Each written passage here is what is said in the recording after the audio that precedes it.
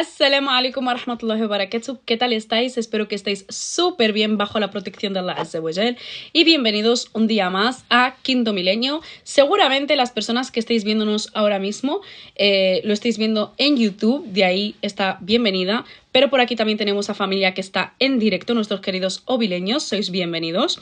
Y hoy traemos un invitado especial con un tema muy especial que nunca antes habíamos tocado con profundidad en Quinto Milenio. Vamos a esperar, inshallah, a que la hermana Nedia se una y posteriormente el hermano invitado. Espero que disfrutéis, que os guste y recordaros que todo acierto es nuestro perdón, todo error es nuestro y todo acierto es de Allah subhanahu wa ta'ala, ¿vale? Assalamu alaikum. Lo he dicho al revés, digo, todo acierto es nuestro y todo error es de Allah. Astaghfirullah. Ya lo habéis entendido. Al revés. Ya está. Vale, pues aquí está el hermano, le voy a mandar invitación.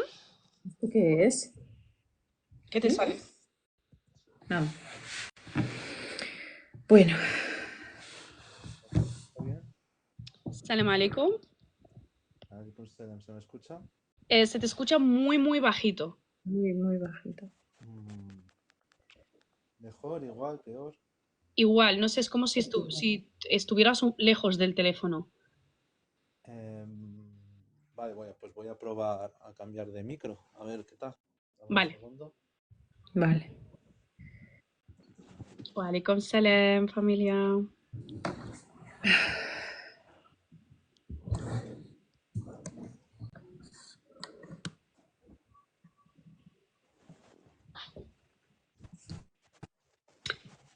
No hace falta, Allahu Akbar, no te preocupes. El directo lo vamos a guardar y lo vamos a publicar en YouTube. Pero muchísimas gracias. ¿Qué tal ahora? ¿Mejor, peor, igual? Mucho mejor. ¿Tú nos escuchas a nosotras? Sí, yo sí. ¿Vosotros? Sí, perfecto. Vale, pues mira, directamente quita el micro y ya está. Vale, pues se te escucha mucho mejor. Salam alaikum, Vale, hermano. Bienvenido. Salam alaikum. Perdón. Si quieres hacer una breve presentación sobre quién eres. Sí, pues bueno, mi nombre es Redwan. La mayoría a lo mejor me conocéis por mi cuenta de Imperios de Arena, donde estamos ahí en Instagram intentando un poco divulgar pues la historia del Islam, que la conozca la gente y un poco pues dar visibilidad a una historia casi inexistente, al menos dentro de la comunidad islámica. Así sería a grandes rasgos un poco. Totalmente. Bueno, también mi formación, he hecho la carrera de historia en la Universidad Complutense y he hecho un máster de profesorado, pero bueno, normalmente cuando quieres informarte de la historia del Islam tienes que ser autodidacta porque hasta donde yo recuerdo había una asignatura de historia del Islam que era historia del Islam, Imperio Bizantino e Imperio Persa. Te dividían en tres y encima era optativa. Entonces el alcance que puedes tener de la historia del Islam si no es autodidacta es casi inexistente. Entonces también está como unos 3 años así intentando formarme en leyendo diferentes libros, también artículos y en visitas que hago a Marruecos o tal, pues intento quedar con algún historiador, los pocos que acceden y demás, pues intentar también conversar con ellos, ver dónde acudir a las fuentes y demás, así un poco a grandes rasgos. Mashallah. Nos piden por aquí si te puedes acercar un poco más el micro del teléfono porque a ratos como que se va un poco, pero se te escucha mejor que antes. Vale, bueno. Yo me lo acerco y bueno, si no me escucháis o tal, intento cambiar la posición. ¿No? Vale, perfecto. Vale, perfecto, inshallah. Bueno.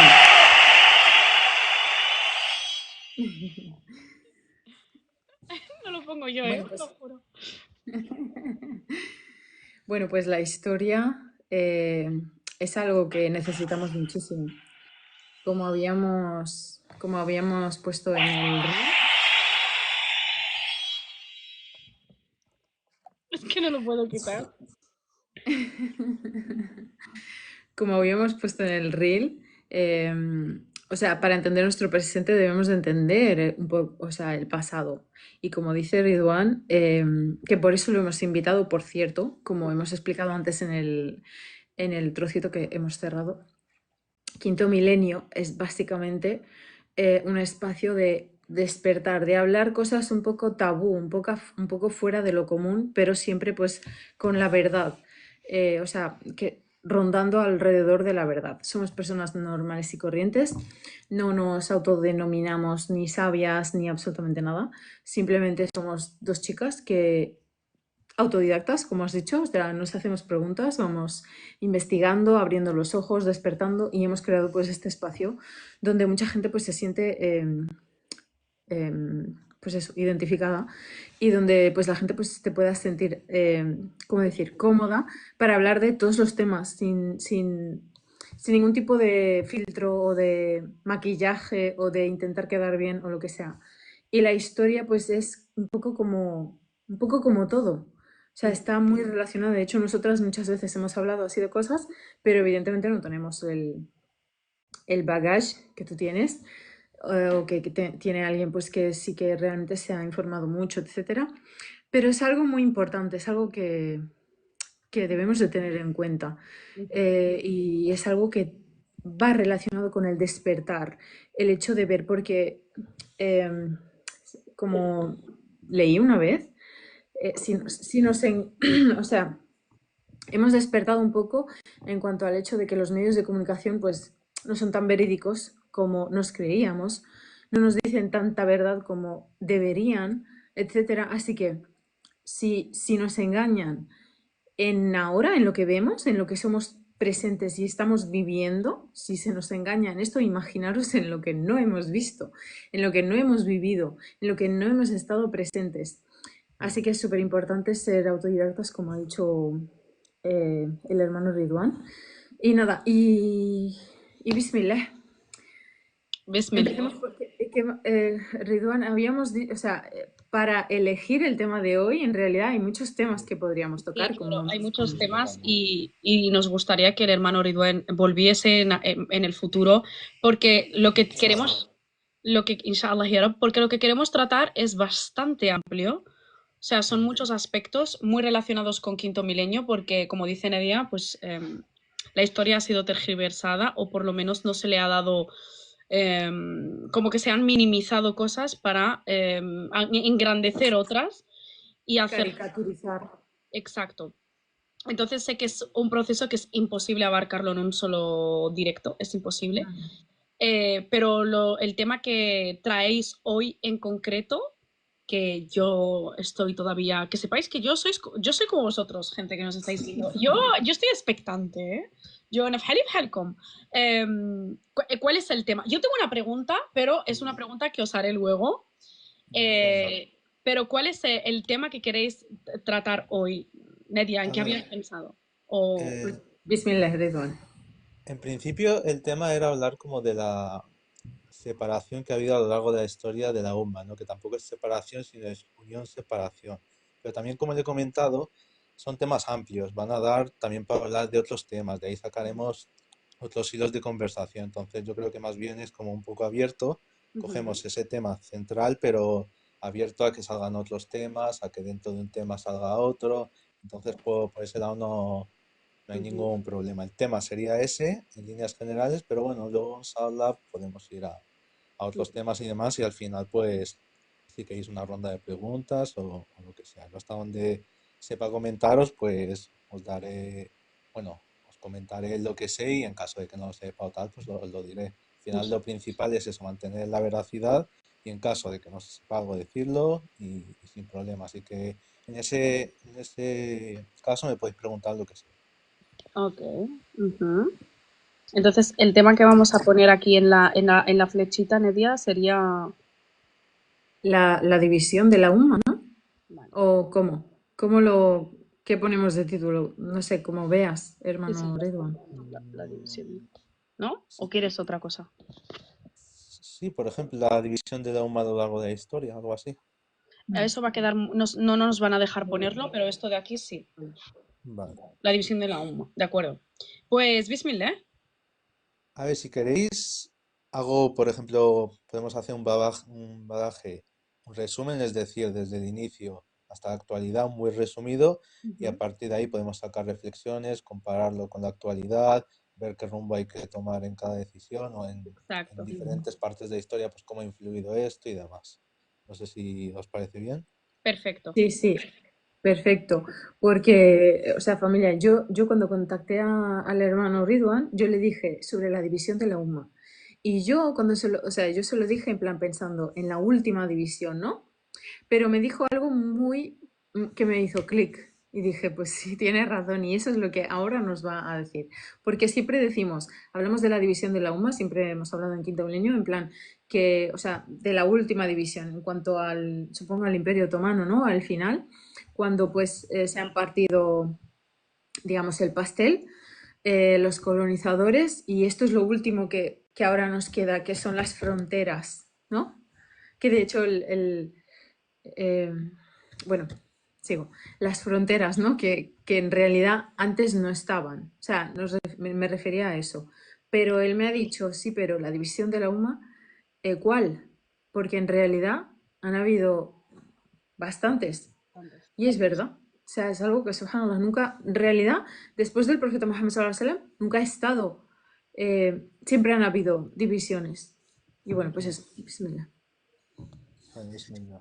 Yo al final creo que, como bien has dicho, la época del profeta Sallallahu Alaihi Wasallam fue la época donde hubo una unión total. Ya no diría a lo mejor el califato de Abu Bakr, el califato de Omar, pero ya con Uthman ya se empezó a ver como diferentes opiniones en cuanto a dónde dirigir Ujú. el camino de la civilización islámica, ¿no? El profeta Sallallahu Alaihi Wasallam nos dejó unas instrucciones, pero siempre que va pasando el tiempo las personas interpretan de diferente manera esas reglas, por así decirlo, porque tampoco es Sí, blanco o negro. La época cambia, las situaciones cambian, las personas que han vivido en una cambia. época ven distinto un siglo después esas épocas.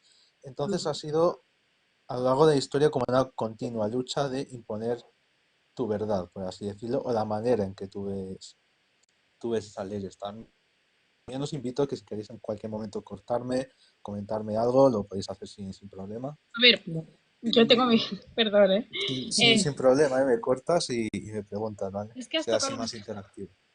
has tocado un punto muy importante y muy discutido aquí en TikTok, porque yo sé que en otros lares, como es en YouTube o en Instagram, se hace un tipo de da'wah, ¿vale? En concreto. Pero es que aquí, en TikTok, hay una da'wah como muy diferente al resto de da'wah que hay por ahí. Es una da'wah un poco más profunda y sobre todo que toca aspectos bastante crispantes del Islam, ¿no? Y hay un tema que ronda muchísimo en los directos y los debates, es históricamente qué pasó con Uthman.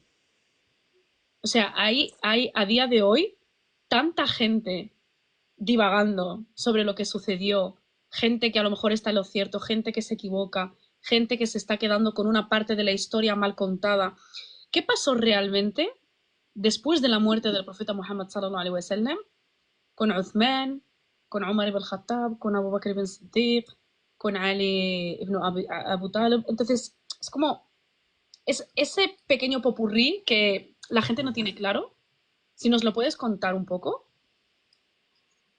¿Relacionado en concreto o en general?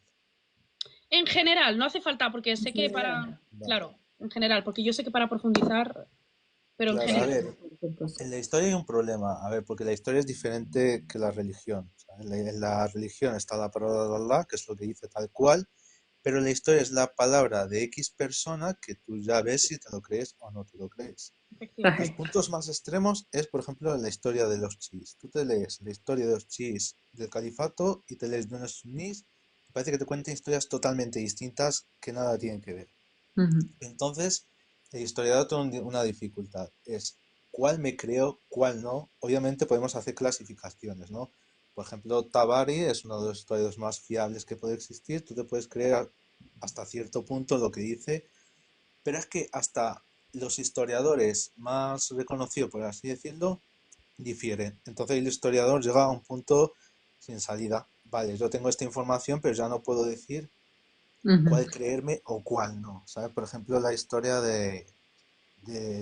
por ejemplo, puedes poner Omar al-Khattab. Tú te lees a alguien que te lo cuenta, un sí, y parece la persona más malvada del mundo, y tú te lees la de un suní y es un santo. Claro, ¿cuál te crees? Porque esto no es como la religión. Una persona así que pone su historia, no puedes anularla directamente, ¿sabes? Hablo de esa época, no actualmente. Tú no puedes anularla directamente en primer punto, porque el siísmo de esa época no es actualmente. Antes era únicamente político.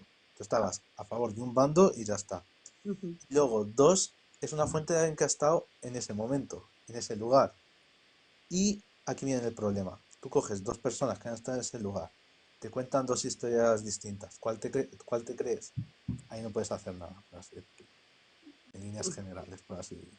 No puedes elegir porque tú, es como que te falta información. Entonces ahí llegamos a un punto difícil. Por ejemplo, los SIS desde un primer momento te dicen que el profeta sallallahu alaihi wasallam, porque también está el tema de que los hadiths, los auténticos países no son para nosotros, es un popurrí muy complejo, pero ellos te dicen que desde el principio el profeta sallallahu alaihi wasallam marcó a Ali que fuese el que dirigiese el califato y que los demás usurparon, entre comillas, ese poder. En cambio, los sunís no, te dicen que hubo una reunión de la Shakia donde estaban las 10 personas que Allah subhanahu wa ta'ala les prometió el paraíso, una serie de sahaba, y que entre todos decidían. Y ellos Ujú. dicen que no se debió hacer eso, que se debió hacer allí directamente porque lo había designado el profeta sallallahu alaihi wasallam, y los sunís dicen que no designó a nada. Ahí llegas al punto muerto. Ahí ya no puedo decir más porque te falta información, ¿sabes? Por así decirlo. Ujú. Vale, Entonces, esto es a grandes rasgos lo que os puedo comentar. vale. Sí, pero yo pienso que en realidad, mm, a ver, es verdad lo que dices, ¿no? La historia no es religión, pero sí que tenemos dentro de la religión herramientas para todo y entre ellas, pues para la historia también, ¿no? Pero ¿a partir de qué época? Porque, por No, me ejemplo, refiero a que, sí, sí, me refiero a, por ejemplo, a hadith del profeta Muhammad sallallahu alaihi wasallam en los que pues habla sobre alaykum bi sunnati wa sunnati al-khulafa ar-rashidin al-mahdiyyin min ba'di. O sea, sí que tenemos herramientas para entender un poco por dónde van los tiros de la verdad y por dónde van los tiros pues de los seguidores de Shaitan y de la fitna y de etcétera, porque es un poco así. Porque los Shia no solamente difieren en cuanto al califato de Ali, los Shia ya van a otro extremo y es que difieren incluso a la profecía del profeta Muhammad sallallahu alaihi wasallam. O sea, para algunos, para el Shia, incluso el ángel Jibril, astaghfirullah, se equivocó y le dio la profecía al profeta Muhammad sallallahu alaihi wasallam cuando iba para Ali. Ujú. Entonces, yo pienso que la religión sí que nos marca un poco por dónde tirar, a sí, pesar de que pero, en la historia mm, se difieran. sí, pero también es curioso porque los series empiezan a hacer toda esa narrativa tiempo después. En un inicio no, digamos que en un inicio no existe tanto, o sea como aquella secta, podemos decir que intenta innovar, etcétera. Es como que empieza después y después cuando se crea esa narrativa, por así decirlo. ¿Después de qué? Después de, por ejemplo, el califato de Uthman, es cuando se empieza a crear esa distinción tan amplia con los demás. Sí, pero desde siempre han estado. De hecho, Omar ibn al-Khattab fue asesinado. A ver, Omar Hatta también hay mucha polémica porque no se sabe quién fue exactamente. Lo más amplio que se dice es que no era ni siquiera musulmán la persona que le asesinó. Luego, los que estaban detrás no se sabe exactamente quién eran, pero yo sí he notado, al menos desde mi punto de vista, donde esta división empieza tiempo después, cuando muere bueno, el Uthman. califa Uthman, es cuando empieza ya realmente esa división tan fuerte. Sí. De Que hecho, hay incluso un hay un... hadith. Es que de hecho hay un hadith del profeta Muhammad sallallahu alaihi wasallam que lo dice. Que dice que Uthman es una puerta que se va a romper. ¿No? Mm, sí, es, es como también porque se tapa mucho con ese... Es como que en esa época muchas veces no sabemos quién hace exactamente qué acto. Puede ser un sheí, puede ser un no musulmán, luego aparecen los Hmm. harijís, alguien, un Hipócritas. judío. Es como que Ujú. en muchas muertes nunca se llega a saber exactamente quién está detrás. Si nosotros sabemos que está un sheí, ya podemos decir, vale, aquí se está creando un núcleo de musulmanes, como quieras decirlo, que están en contra de la sunna y demás. pero como muchas veces no se sabe quién está detrás, se hace difícil. Ujú. Sí, pero por eso mismo en Quinto Milenio nos centramos más en Iblis, en el enemigo declarado y en que cualquier acto que es incorrecto en realidad pues simplemente se hace siguiendo al enemigo declarado, no importa si es judío, cristiano, chií o selefí. O sea, Mm, cuando el acto es incorrecto es que se está siguiendo pues las órdenes de Iblis, sí, efectivamente, ahí ¿verdad? tienes un pupurrí de sea lo que sea, está en contra Ujú. de planes y demás. Porque es el primer beneficiado y es el primer y es el que más quiere que haya fitna, que haya división, que tengamos esta ¿cómo se dice? Que tengamos esta niebla, que no podamos ver con claridad. Ujú. Es el que quiere, por eso está metido en todo. Sí, la verdad. Bueno, si Eh, queréis, continúo si queréis por donde iba. sí, También estoy viendo mucho, yo voy a focalizarme en 5 divisiones, porque estoy viendo en comentarios y demás que mencionan muchas, y es que realmente si mencionamos todo no acabamos nunca. ya. Entonces, a lo mejor voy a mencionar las más destacadas, las que más, no más destacadas, pero las que más influyen en la actualidad para luego poder reflexionar, sacar una crítica, comparar y demás. Me voy a centrar en la de, por ejemplo, la del Califato Rasidón, lo dejo de lado y si queréis puedo volver sin problema, pero me voy a focalizar en la del Califato Abbasí, la época de las cruzadas, los mongoles y el Imperio Otomano, que es la más amplia, que yo creo que es la que más, actualmente más, bueno, la actualidad es, y la división de la UMA directamente viene de ahí, al menos la Y ahí, actual. Lo curioso también que veo yo mucho en estas épocas es que siempre que pensamos en un enemigo, es como un enemigo exterior, pero en esta época muchas veces se da un enemigo interior. O sí, sea que, por siempre. ejemplo, en la Edad Media, el mundo islámico estaba a niveles muy, muy superiores.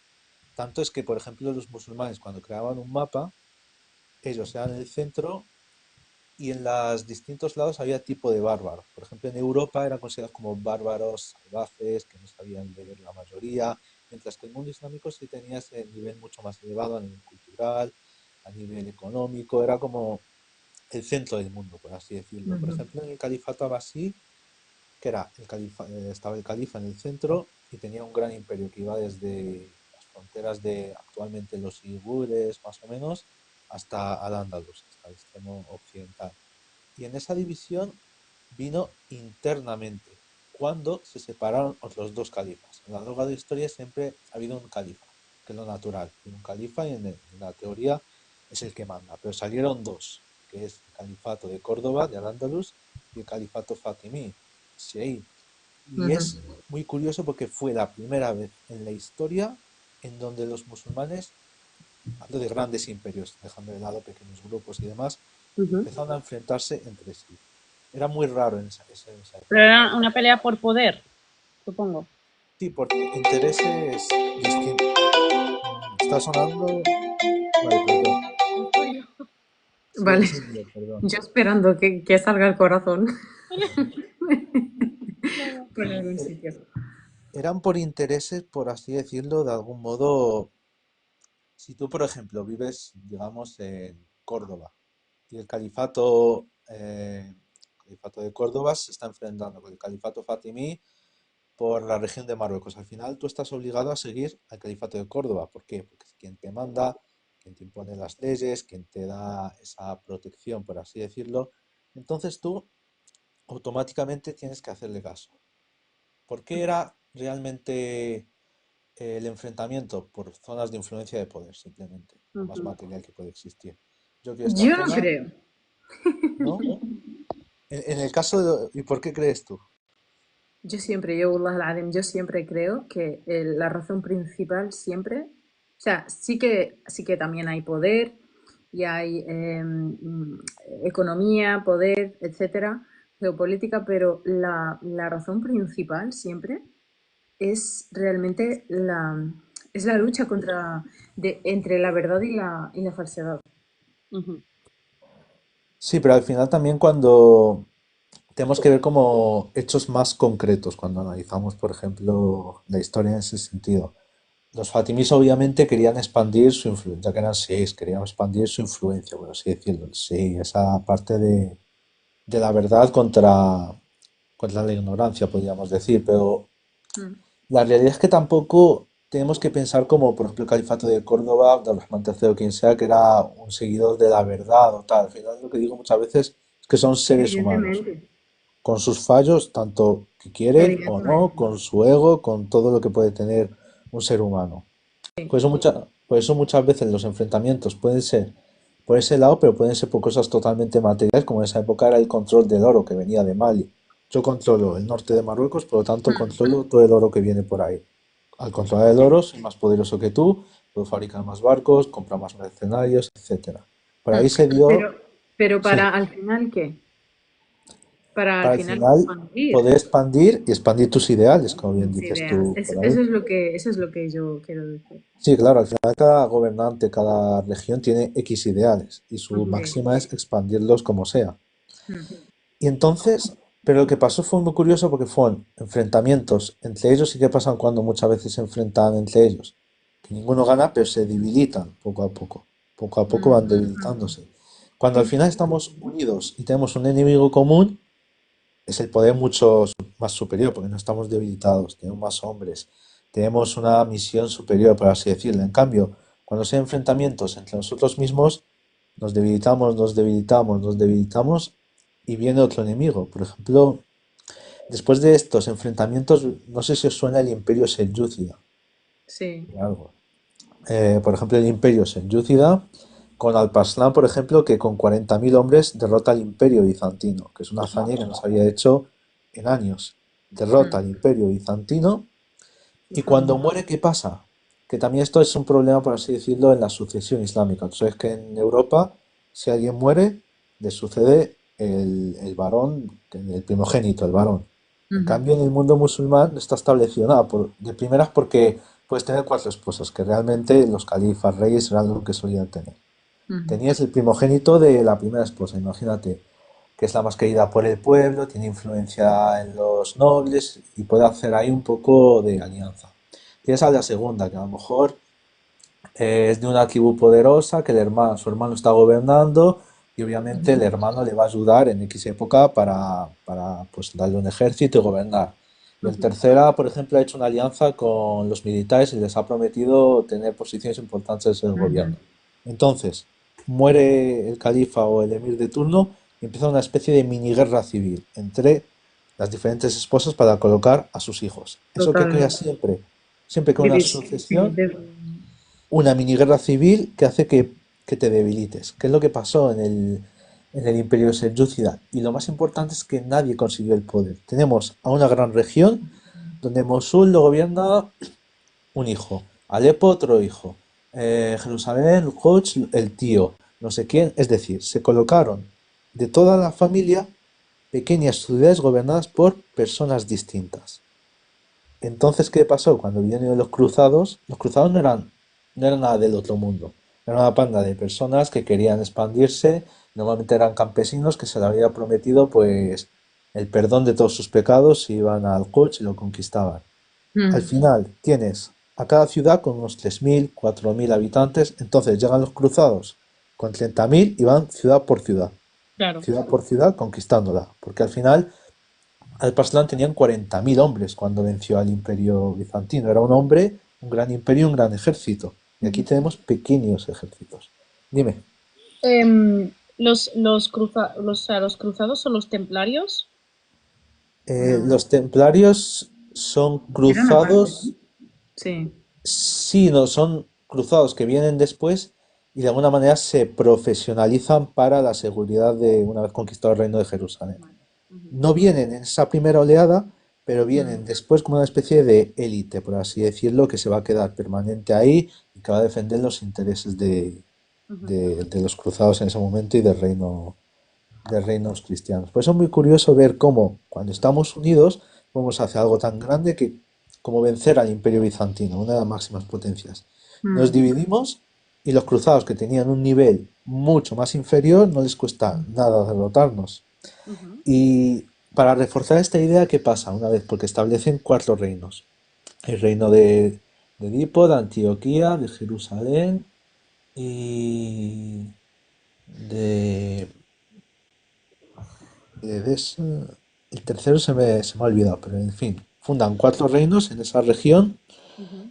y Zengi, que es uno de Zengi, su padre había muerto en las cruzadas. Su padre era el gobernante de Mosul y lo Ujú. adoptó el gobernante de Alepo. Algo tan sencillo que fue que heredó lo de su padre y de la persona que le adoptó y consiguió 30.000 hombres. Y con una fusión tan breve consiguió derrotar al condado de Edesa, que era uno de los que se había establecido ahí. Es como que una mini Mm. fusión ya haces algo grande, que es como el camino es muy fácil, no hay que hacer muchas maniobras más. Luego Es vino una unión. Luego vino Nur al-Din, que consiguió juntar a Damasco y volvió a conquistar gran parte del reino de Jerusalén. Y ya viene el hombre por excelencia, Salah ad-Din, que conquistó Egipto, toda Siria y ya acabó con las cruzadas. Y esto nos Contra- demuestra que no hace falta grandes estrategias ni matarnos mucho, es como te unes y es un gran ejército, un líder, Claro. un gran pueblo que puede hacer cosas grandes. No Bueno, tiene por qué ser solo él. en realidad sí que es una gran estrategia, porque en el fondo es muy complicado llevar a cabo eso. O sea, si fuera algo fácil, lo hubiesen hecho todos los imperios. Pero es que ahí está la dificultad y ahí está Iblis separando. Es lo que dijo antes Nedia. Entonces, Sí, yo me refiero más a que no es tanto como matarte mucho la cabeza pensando algo, ¿sabes? A eso me refería Mm, exactamente, como que sí, sí, vamos a sí. hundirnos y ya está. Que es tan simple que se nos olvida. Sí. Pero claro, luego está lo material, ¿no? Claro, si me uno a ti, tú vas a ser el que está arriba y yo voy a quedar abajo, pues prefiero mantenerme con mi ciudad y ser yo el que manda aquí. Por eso muchas veces lo que hizo Pero Saladin o estos fue de manera bélica, ¿sabes? Te conquisto y ya está, porque normalmente no quieres. totalmente. pero esto nos pasa a diario en absolutamente todo, en los negocios, en todo. O sea, ya ni hablemos ya ni Totalmente. vayamos a otro tema. O sea, estamos realmente la UMA, estamos a eso. O sea, de tanto pensar en nosotros mismos, al final no llegamos a ningún sitio. Ojalá. O sea, la historia en Sí. realidad, al final se refleja también en nosotros, ¿no? O sea, de tanto que no nos unimos, no sacrificamos, no pensamos en comunidad, en plan, vamos a unirnos, que al final no se hace nada y al final nadie sale ganando. Nadie. O sea, cada uno Sí. se queda ahí. Es como morir matando, ¿no? Si tú no lo haces, pues yo prefiero tampoco, pero tú igual. Y es lo Sí, que muchas veces ha pasado. Y al final pasa tantas veces que luego nadie hace nada, ¿sabes? Totalmente. Es- Y luego se da muy importante la siguiente fitna, que yo creo que es la que cambia el mundo islámico, que es la peor de todas, que muchas veces hablamos de nuestras victorias, pero las derrotas. Y aquí yo creo que es la peor derrota, que fue los mongoles. Cuando vinieron los mongoles, no sé si puedo, bueno, si queréis algún resumen de quiénes son para aquellos que no lo Ujú. conocen más. El Imperio Mongol se funda con Genghis Khan en el siglo XIII y es un pueblo túrquico. Son bárbaros en el sentido de le da igual si te tienen que arrasar, te arrasan, o te rindes o te arrasan, no hay De, otra opción. de hecho, se cuenta que antes de que llegaran, cuando un pueblo se enteraba que los mongoles iban de camino a su aldea, ellos abandonaban la aldea. No hace Mm. falta ni que nos invadáis, ya os la damos Sí, sí, sí, nosotros. sí. Sí, fue tan brutal que la gente en esa época creía que había llegado el fin del juicio. Decían que era Gog y Magog, que es una de las señales. Sí. Ellos ya pensaban que ya está, que ya habían llegado para que veáis la sensación de hostia, que además era gente no como actualmente, que pasa cualquier mini cosa y la gente del fin del mundo, es que no, hay gente más seria, que tenía una vida dura realmente, con dificultades, y en ese sentido eran más conscientes. Y decían que ya está, que el final del mundo había llegado, Gog y Magog, que es una de las profecías, estaba llegando y que nada, faltaba unas cuantas más sucesos y ya está, el fin del mundo estaba ahí. ¿Y qué pasa? Esto es un tema que se ha debatido mucho dentro del mundo islámico, que es la actitud del califa, ¿no? El califa cuando llegaron decidió no rendirse, en plan aguantar, no rendirse, luchar como sea. Claro, muchas veces lo hablamos a posteriori, ¿no? Que no se hubiese rendido, porque la ciudad se hubiese salvado, la destrucción que hubo, pero claro, hablamos a posteriori. A lo mejor, si se hubiese rendido, hablaríamos de, madre mía, se ha rendido este hombre, al final se entregaba a Kufar, tal. Totalmente, sí. Entonces hablamos a posteriori, pero sí que arrasó la ciudad por completo y creó algo en el mundo islámico que marcó un precedente. El mundo islámico, a partir de ese entonces, se quedó sin padre, que es como suele decir ya. Ya no existe un Sí, califa. sí. Ya en la forma de gobernar natural y por siglos de los musulmanes había desaparecido. Y hay creado un espacio muy grande, en plan, el profeta sallallahu alaihi wasallam nos indicó que tenemos que ser gobernados por un califa. El califa ha muerto, ¿qué haces? Es como un debate que no encuentras una respuesta correcta, con mucho es intentar la que menos, por así decirlo, que no sea la peor. No sé si querías comentar algo. Sí, yo no quiero hacer spoiler a la gente que nos está viendo y que no sabe cómo terminó el tema de los mongoles, pero sí que están preguntando y me parece muy interesante que a qué religión pertenecían antes del spoiler, los mongoles. O sea, eran cristianos, yo creo que eran ateos. Fíjate que es muy interesante Eran porque monoteístas, ¿verdad?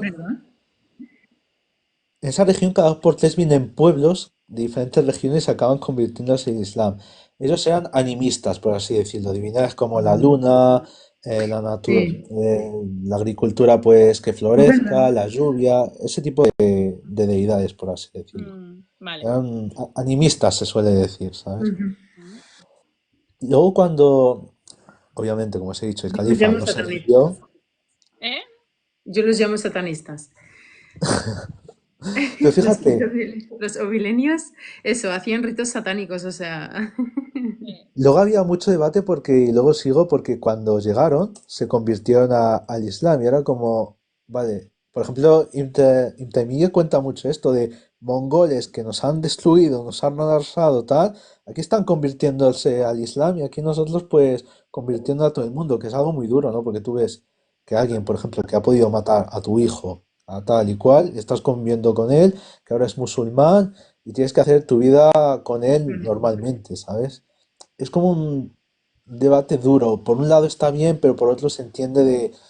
Es duro, ¿sabes? Convivir con alguien que ahora es musulmán y que le ves en el día a día y a lo mejor era un guerrero que participó en esas masacres. Claro, pero yo creo que era, desde mi perspectiva y opinión personal, ¿eh? Yo creo que fue tan duro lo que vivieron y era algo como tan difícil de que parara que el hecho de que se hicieran musulmanes fue una ni'ma de Allah. O sea, fue una manera de que cesara un poco todo y encontraron la paz en eso. Y yo creo que prevalecía para ellos esa tranquilidad de que no iban a seguir actuando de la misma manera que el hecho de han hecho esto. ¿Verdad que es bueno, pues ya no lo van a hacer más. Bueno, Pero te hago un se, spoiler, pero luego fueron detenidos a la fuerza. Es una palabra que nos llegó... Mm. se consiguió por la fuerza de tenerles. no fue porque se No, eso hicieron vino musulmanes. después. En plan, hubo alguien que Se les hicieron paró. musulmanes después de parar. Claro, Exacto, fue sí, después sí, y fue poco a después. poco. Soy consciente, pero me refiero Mm. igual con lo bárbaros que eran, que hoy en día cuando se Pero ya les... los habías parado, no, no, Cauzar es duro, Claro, pero porque tú ya los has parado, sí, ¿sabes? pero lo que quiero decir que con lo bárbaros que eran, que hoy en día utilizamos como insulto a alguien bruto, le decimos mongolo, de cómo eran ellos, te metían lejía en el cuerpo. Les habían parado, pero ¿quién les iba a prometer que no volverían? O sea, eran personas que eran capaces de arrasar con cualquier cosa, traicionar a cualquiera, hacer cualquier acto con tal de volver a tener poder. Entonces, ¿quién les aseguraba que ellos no iban a volver a intentarlo? Así que yo creo que el También hecho te de que... digo, Sí. una anotación, y es que cuando tú arrasas cualquier cosa, al final tú tienes que gobernar ese área. A ti no te, y necesitas tener a la gente más o menos tranquila y contenta por ahí. Porque tú arrasas toda la región de Persia y luego una vez que la arrasas, los mongoles eligen un gobernante de ese área. Y ese gobernante necesita tener, después de todo lo que ha causado, a la gente más o menos contenta, por así decirlo. Yo creo que fueron dos, fueron lo que tú dices, porque al final cuando tú eres animista y escuchas el Islam, rápidamente te das cuenta de que no hay comparación. Al final, lo que te dice una cosa, aunque no tengas apenas conocimiento y seas un bárbaro, ves que la racionalidad está a puntos extremos, uno está arriba y otro está en el suelo, y rápidamente empiezas a introducirte por ahí. Y la otra es simplemente comodidad. Yo soy gobernante de Persia, aquí todos son musulmanes, y a mí no me viene mejor que yo sea musulmán y que al final predique, por así decirlo, una religión donde todos están de acuerdo y me van a hacer caso.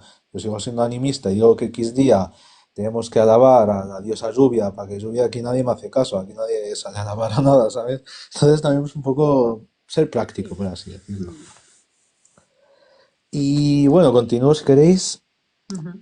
Eh, Al final, después de esa destrucción, que como os digo, Bagdad acabó destruida, se dice también que después de la masacre impresionante, se decía en los libros que, bueno, en las fuentes, que el río Tigris se puso de color negro por la tinta que arrojaron. Destruyeron la biblioteca, todos los manuscritos de cientos y cientos y cientos de años fueron arrasados y tirados al río, y luego el califa fue el que tuvo el peor final, ya que ellos en su religión no se puede derramar sangre de alguien importante, lo tienen ¿Esto dónde como fue? en Bagdad, Vale, vale, Vale. es era que la tengo una capital de ellos. pregunta que hacer antes, pero la voy a guardar porque tiene que ver un poquito con el tema de la biblioteca, que Nadia ya se la hice. Pero sí, me parece, la apuntaré aquí también para acordarme. Vale, y luego lo que se hizo al califa, porque ellos tenían una tradición, bueno, o religión, no sé exactamente, pero no se podía derramar sangre de alguien importante. Lo Ujú. que hicieron fue cubrirle con sábanas y que sus caballos pisoteasen al califa hasta la muerte. Que fue uno, tú escuchas eso y no es tanto porque es el hombre que le pasó eso, que es la cabeza de los musulmanes, por así decirlo. Entonces eso al califa le estás haciendo realidad a todos los musulmanes que tienen en principio la obligación de defender a ese hombre. Entonces fue el momento, y después de la colonización y todo, para mí, que ¿Quién esto es era? mi ¿Cómo se punto de vista, llamaba este califa? ¿Qué le el pasó esto? califa creo que era Mutakin, creo. No estoy seguro, si quieres lo Ujú. busco. No, no, no, en plan, no salían en plan conocido, ¿no? Y... ¿Cómo? No, nada, que no es un nombre conocido, quiero decir, es No, solo... porque al final reinó creo 3 años, así no es como Harun al-Rashid, que es el califa por excelencia por todo lo que hizo y tal. No, al final, en esa época, después de todo lo que había pasado, de tantos enfrentamientos, el nivel del califa había bajado bastante en Ujú. cuanto a Ujú. poder y demás. Y lo que, bueno, una vez después de hacer aquel horror, el objetivo era invadir Siria, que se invadió, y el objetivo era entrar por Egipto, que es la puerta del norte de África. Tú entras por Egipto, no puedes entrar al norte de África. Y ahí es cuando viene la historia del Imperio Mameluco y de Baibars. Que resumidamente a mí la historia de Baibars me flipa porque fue un hombre que su tribu fue arrasada por los mongoles, asesinada a toda su familia, le cogieron y le vendieron como esclavo. Un esclavo que nadie quería, ¿por qué? Porque tenía una catarata en el ojo. Fue devaluándose el precio, bajando, bajando, bajando, y lo obtuvo el Imperio Mameluco, que compraba muchos esclavos que no tenían así porque en esa época tú comprabas un niño árabe, por así decirlo, y culturalmente ese niño está muy ligado a su etnia, a su familia, a su tribu. No te va a hacer tanto caso que tú compras un esclavo que eres como su salvador. Le has Intentad, comprado. intentad no decir la palabra porque TikTok lo detecta y tumba el directo. Vale, perfecto. Pero te hemos entendido. O dilo en árabe. En árabe no se enteran. Vale, perfecto. Entonces, cuando lo compraron, bueno, igualmente le acababa ese, digamos que luego te instruyen en una educación, por así decirlo, de armamentística, coránica, de diferentes ciencias, tú vas creciendo, creciendo, escalando puestos, y al final él llegó a estar a la par del califa, por así decirlo, era su primer general. Ujú. A la hora de discutir con el califa que se iba a hacer con los mongoles, califa no, perdón, califa había muerto, sultán mameluco. Cuando se iba a discutir qué hacer con los mongoles, el sultán dijo que había que rendirse. Después de lo que habían visto, la mejor opción era rendirse. Ujú. Baibars no quería eso. Entonces, con su... Creo que era no sé si era una esposa que el sultán se había divorciado o algo así, o su esposa incluso, pero pactó con ella de destronarle, se alió con el sultán que había en Siria, que era Qutuz, y justos se enfrentaron a los mongoles y consiguieron derrotarles. Ver Ujú. cómo, ver la historia de alguien que había sido arrasada a su ciudad, vendido, y que años después sea él mismo quien los derrota, es algo, me parece como de historia de película, pero es algo que sucedió realmente. Ujú, Y ahí que empezamos a tener, ahí empezamos a tener dos grandes imperios, el imperio mameluco y el imperio otomano, que empezaría a nacer de un núcleo que era el sultanato de Rum, que era un pequeño sultanato que había ahí. Al final había muchos sultanatos. Después de abandonar a los mongoles, controlados por estos mongoles, empezó a crecer paralelamente el sultanato de el imperio otomano. Es que, bueno, los otomanos, vamos a decirlo porque no era un imperio, los otomanos dentro de este sultanato que estaba por Anatolia, y el sultanato mameluco que estaba por Egipto. Empezaron a Ujú. crecer paralelamente. Los dos ujú, llegaron a ser grandes imperios. Y aquí se da la lucha entre el imperio mameluco y el imperio otomano. Al final, musulmanes, es como que siempre tenemos que enfrentarnos para mostrar, porque al final cuando eres un gran imperio, tú quieres tener influencia en casi todo el mundo musulmán. Y cuando tus ideas no son las mismas que el otro, el ser humano por excelencia ha elegido la lucha. Se enfrentaron y venció el imperio otomano. Y se autodenominó califa. ¿Por qué? Porque era como que los mamelucos habían derrotado a los que habían derrotado al califato, que eran los mongoles, y el imperio otomano ha derrotado a aquellos que habían derrotado a los mongoles, por lo tanto se autodenominaron califato. Califato, sí. En esta época era el imperio sin precedentes, llegó a introducirse rápidamente en Europa, se hicieron cruzadas de unirse personas de Castilla, Aragón, Alemania, Francia, diferentes partes del mundo, únicamente para derrotar a los otomanos, y no se consiguió. Se llegó incluso a casi hubiese cambiado eso, la historia de Europa para siempre, pero se quedaba a las puertas de la capital de Europa, que era Viena.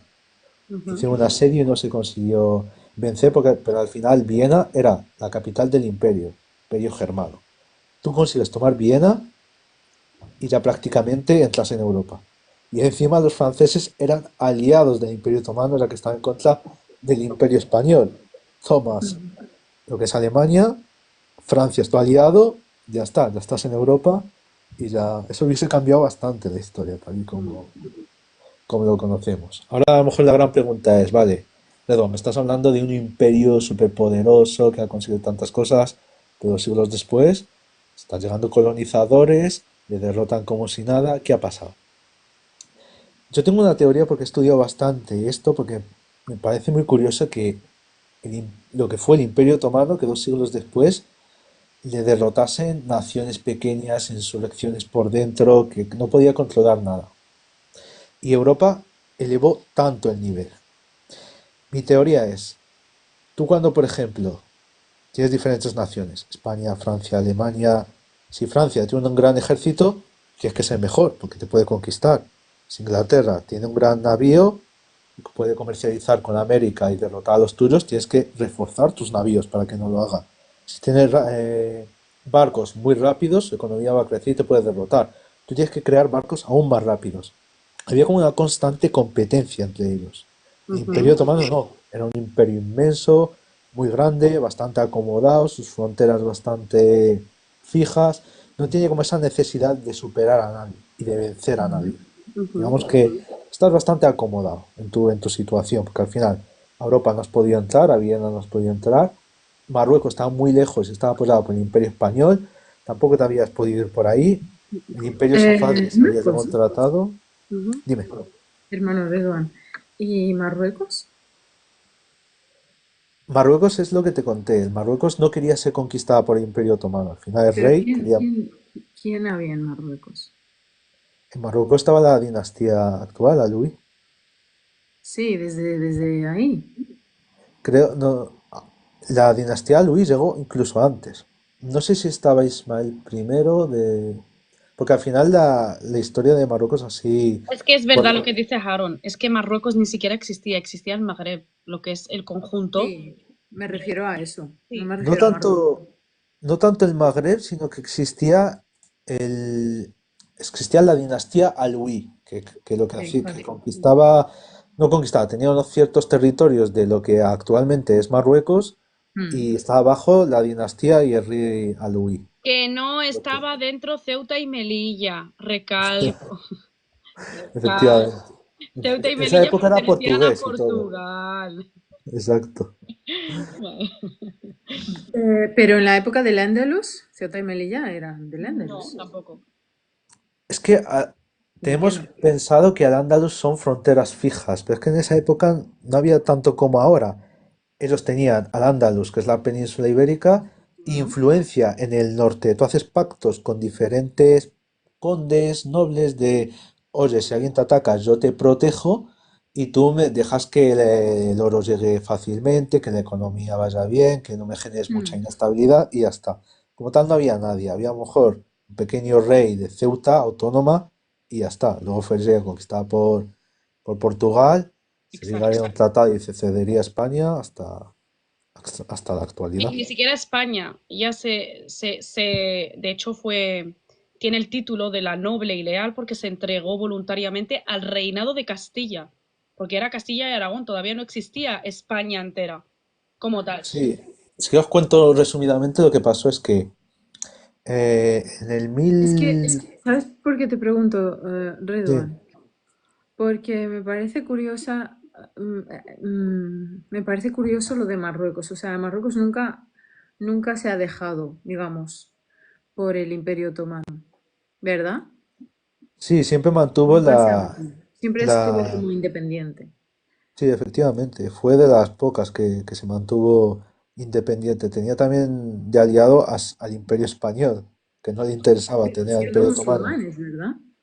Sí, pero al final bueno, o el rey, por así decirlo, decía, si me uno al Imperio Español, estos me ayudan a defenderme contra el Imperio Otomano. Si no me alío con ellos, me conquistará y yo acabaré asesinado, el rey de Claro, pero turno. es que no tiene sentido porque al final, si tú eres musulmán, es algo que nunca entendí de la historia.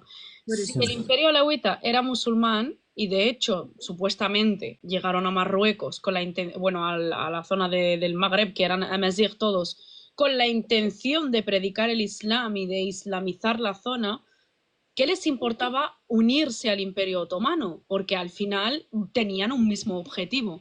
Entonces aquí, otra vez más, no es por darle la razón a nadie, pero volvemos a Shaitán y a los egos y a que te hace pelearte con tu propio hermano y aliarte mal kefir, o sea, aliarte con un kefir que es haram y vas en contra del Islam, con tal de que tu hermano musulmán no No puede gobierne ir. la zona en la que ahora mismo pues, sería maravilloso que Marruecos ahora mismo fuese parte de Turquía. Fuese parte de Turquía sería Pero ¿qué sigue siendo parte de Turquía? Nada, Kautar, no solo. Pero maravilloso. bueno. Ya. No, pero ¿sabes, Rubén? Ay, Rubén, ¿yo por qué te he dicho Rubén? Spirit Ruben, a ver. Rubén. Rubén. Habibji. Subhanallah, pues mira, Rubén. No, Ridwan, es que vi cuando cuando ha pasado esto de Gaza, me etiquetaron aquí en TikTok en un vídeo y me pareció súper curioso. O sea, es la primera vez que lo escucho, pero claro, yo, Aslan, yo no sé, sinceramente, yo no sé de historia, no sé nada. Me pareció muy fuerte porque hablaba muy seguro de sí mismo. Y digo, esto hay que averiguarlo. Pero decía que el Magreb, hay una zona del Magreb, o sea, a ver, el Magreb yani aquí, no sé dónde estaban las fronteras exactamente, pero se ve que estuvo aislado durante la época otomana. Le pasó algo parecido a lo que está pasando en Gaza, pero durante siglos o algo así. En fin, durante 3 siglos o algo así dijo. Y donde pues, o sea, es como que el Imperio Otomano los castigó. En plan, ¿no os queréis aliar a mí? Pues yo os dejaré o algo así. Y que se les estaban masacrando también literalmente. Y nadie les ayudaba. No entraba comida, no entraba, o sea, nada. No sé si es verdad. Yo diría que no a bote pronto, y más lo de aislarles 3 siglos al final. Sí, pues No te es lo como, juro que fue algo muy fuerte, en plan, no ¿en puedes serio? tener tanto control como en la actualidad, ¿sabes? Tú no puedes. Actualmente, pues hay una tecnología que te permite, digamos, aislar a ciertas zonas y tal. A lo mejor sí es verdad que no llegaba alimentos o lo que sea de la parte fronteriza con el Imperio Otomano, entonces eso hacía que, tristemente, pues progresivamente iba debilitándose. Pero no tanto como un control como actualmente con Gaza, ni mucho Mm, menos. Yo creo que hace falta también un directo de historia de Marruecos porque es muy interesante. Sí. También resaltar lo de los alawitas entraron más bien, al final ya el Islam había llegado. Los saluditas es que había llegado, se decía, un descendiente del profeta sallallahu alaihi wasallam, y la Ujú. región no había lluvia, no había nada, y se trajo a un alui para que haya baraka y la cosecha mejorara. Eso, claro que eso obviamente es totalmente vida y también es que me interesa más, fíjate, ¿eh? Me interesa más este tema que lo otro porque al final nos toca de cerca. Y es que por culpa de todas esas creencias que son sufís, porque el imperio alawita era sufí, vamos a decirlo claramente, eso lo que ha hecho es que a día de hoy haya esas tendencias dentro de la umma. No te creas, causa es a lo largo, es después que se van convirtiendo y se van metiendo estas بداية. الأول ديالهم فيهم هاد النقطة, o sea, perdón, desde el principio tienen como esta, como por ejemplo el hecho de traer a alguien para que dé baraka para que llueva, cuando solo hay Pero a lo mejor no fue por el baraka, sino por el dua. A veces habían personas que su dua era mustajab. Al la No, final no, no también, estoy defendiendo nada, ¿eh? O sea, la yo no guay, sé nada. Me quedo al suelo. Yo solo. la también guay. tienes que ver lo que nos llega a nosotros y lo que pasó en realidad. A nosotros lo que nos Exacto. llega es que esa persona, al ver que era descendiente del profeta sallallahu alaihi wasallam, esa persona tenía el baraka y por lo tanto el reino iba mejor al ser gobernado por un descendiente del Del profeta. profeta.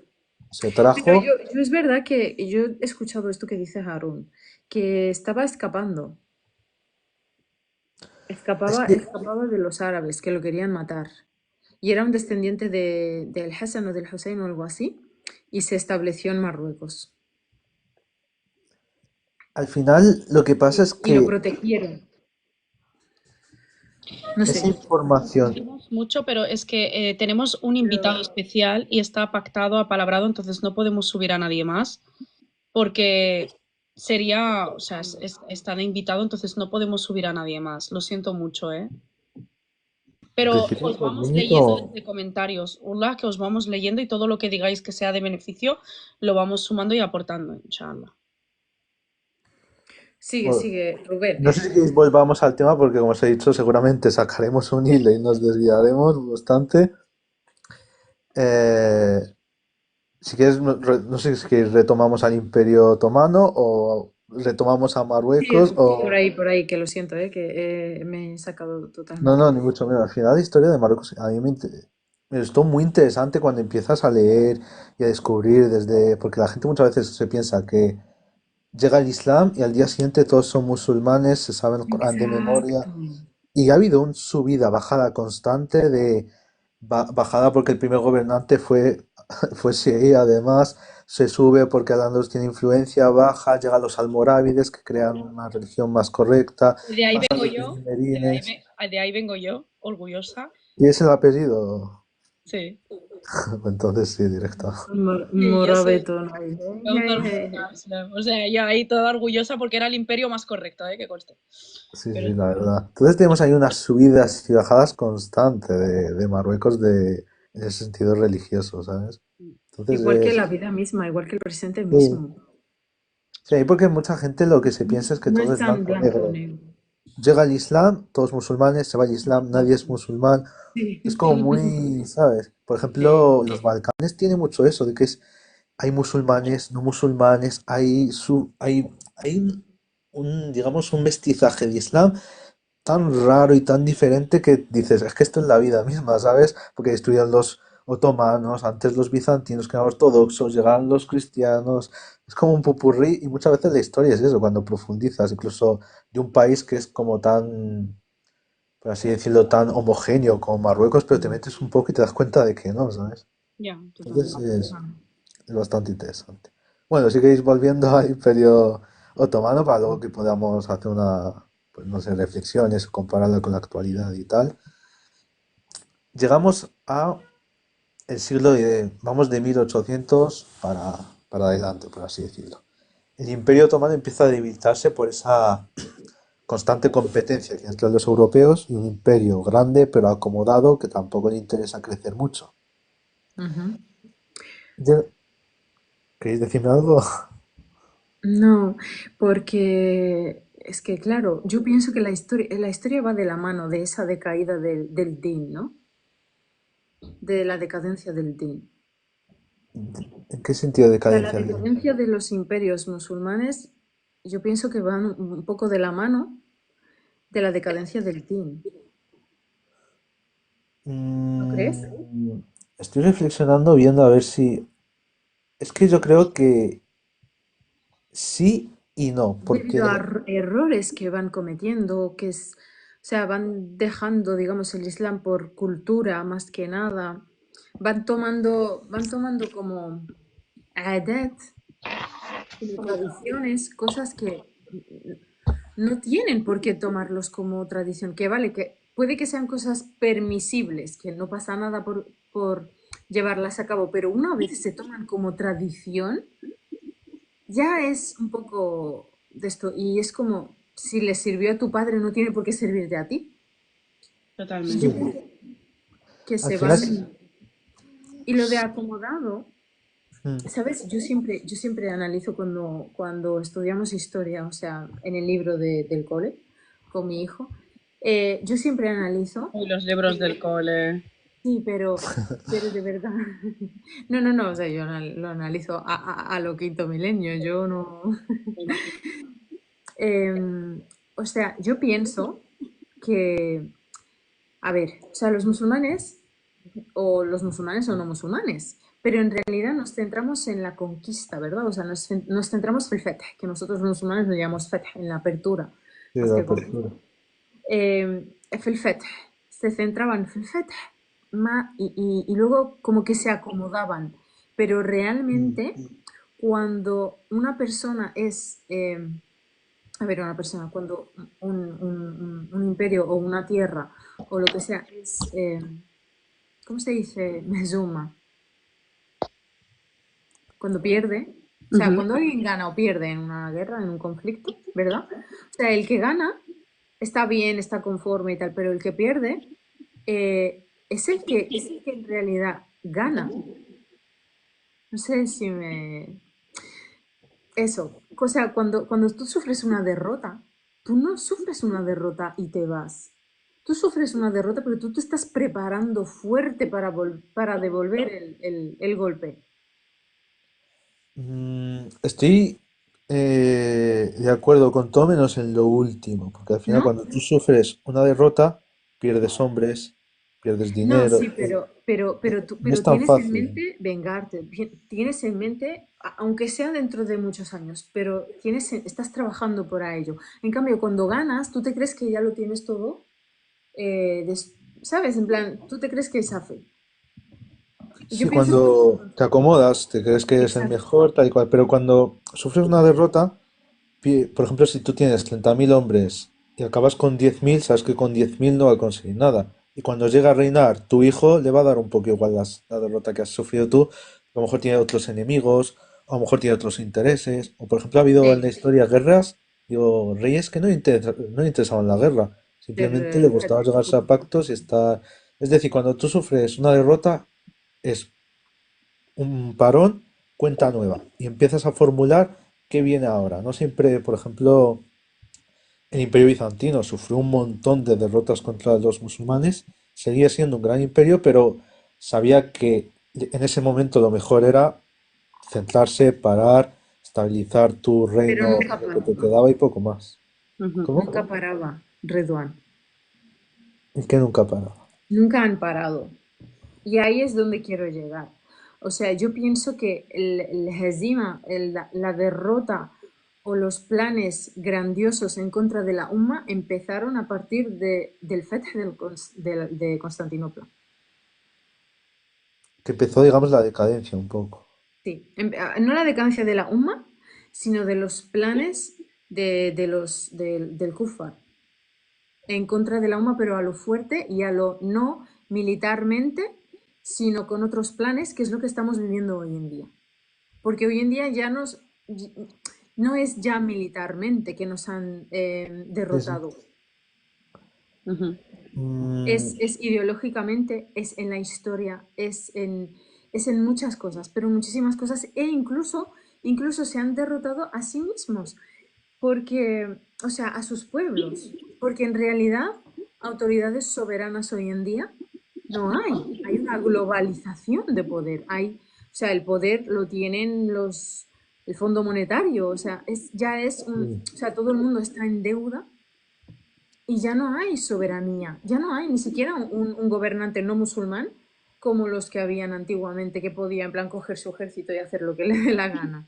Ese es un tema bueno de reflexión de después. Si queréis, acabo porque me queda muy Vale. poco y ahí le damos porque es verdad que si nos metemos a esto, luego al final nos Vale, queda, Queda corto concluye, también. inshallah, ¿vale? Concluye. Y antes de sí, empezar queda la poco. reflexión, abriríamos otro directo para que se puedan guardar en YouTube, porque máximo se puede guardar, se puede subir 1 hora y media. Al momento que llega a las 2 horas, Vale, es imposible subirlo. Entonces, Vale, concluimos con la historia y la reflexión la hacemos cerramos y volvemos a abrir. vale, perfecto. Pues, a ver, llegados a ese punto, que es en la Primera Guerra Mundial, cuando el Imperio Otomano salía con Alemania, Austria-Hungría contra Rusia, Francia e Inglaterra, que luego se meterían otros países en mejor, bueno, más pequeños y demás. Ujú. ¿Qué pasó? Aquí el Imperio Otomano se dio cuenta de que no estaba luchando solo contra los ingleses, también con los suyos, porque kurdos, armenios, árabes se sublevaron, con la promesa de los ingleses de que si nos ayudáis y derrotamos al Imperio Otomano, os vamos a dar una serie de reinos que es la región actualmente de Shem, más o menos. Ese será vuestro reino, que incluiría Siria, Líbano, Palestina, Jordania, Irak. Entonces, Egipto también se Arabia, metería. ¿verdad? No, Arabia es distinto porque se pactó después con la casa Saud. Iba por otro lado. Ahí es distinto. Arabia estaba dentro de otro plan, por así decirlo, que luego se formalizaría después de la Primera Guerra Mundial. Entonces lo que hicieron fue unirse a los ingleses, conquistar una serie de regiones hasta llegar al Quds. Exacto, Ingleses, los ingleses. junto a los árabes, habían derrotado a los otomanos en su propio imperio. Una vez que tomas esa región, has derrotado a los otomanos estaban centrados en los Balcanes, que van perdiendo, el imperio otomano se había desintegrado, le quedaba días. Pero cuando llegaron a decir, vale, os hemos ayudado, hemos tomado el coach, como nos habéis dicho, vamos a crear este reino que nos habéis prometido. Y dijeron, no, se pactó los tratados Sykes-Picot, donde se empezó a dividir en pequeños estados, donde los árabes les habían traicionado de alguna manera. Y los árabes se convirtieron en vez de parte del imperio otomano, simplemente en ciudadanos de segunda o tercera colonias de los ingleses y franceses. Y ahí empieza ya lo que sería, digamos, la naturalidad del gobierno islámico. Ya el sultán no existía, la unidad había desaparecido, había entrado algo puramente occidental, que es los nacionalismos. Antes no existía este nacionalismo, tú puedes ser de X etnia, pero la naturalidad debe ser estar bajo un califato donde hay muchas etnias, muchas regiones, pero con algo común, que es la religión, que es lo más importante. Aquí es lo más importante, no dependía de tu religión, la división del reino se hacía dependiendo tu etnia. Los árabes con su etnia, los turcos la propia suya, los asirios, los kurdos, que aunque no tienen nación actualmente, son muy nacionalistas los kurdos. Digamos que Los pobres bajo para la ser religión, nacionalistas no tienen nación, o sea que...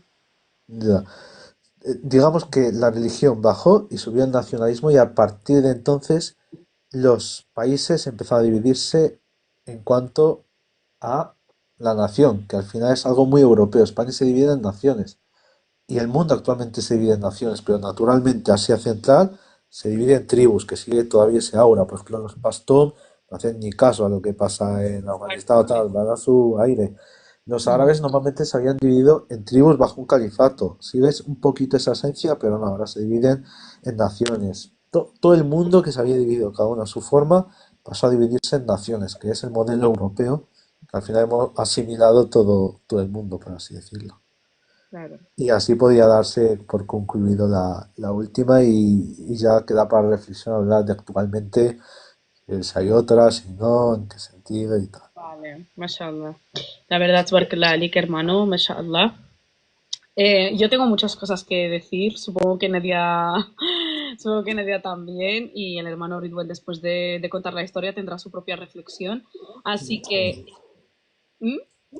No digo que sí, que en Salah En el próximo, si Sí, quieres, que nada, en 2 minutos o tal, pues sí, lo 5 comentamos. minutitos de receso y volvemos, inshallah, y empezamos con las reflexiones, que yo creo que es la parte más Perfecto. interesante, ¿eh? Para mí, por lo Sí. menos, la parte más Vale, interesante, inshallah, ¿vale? perfecto. Inshallah. Está bueno eso. Salam alaikum. Vale.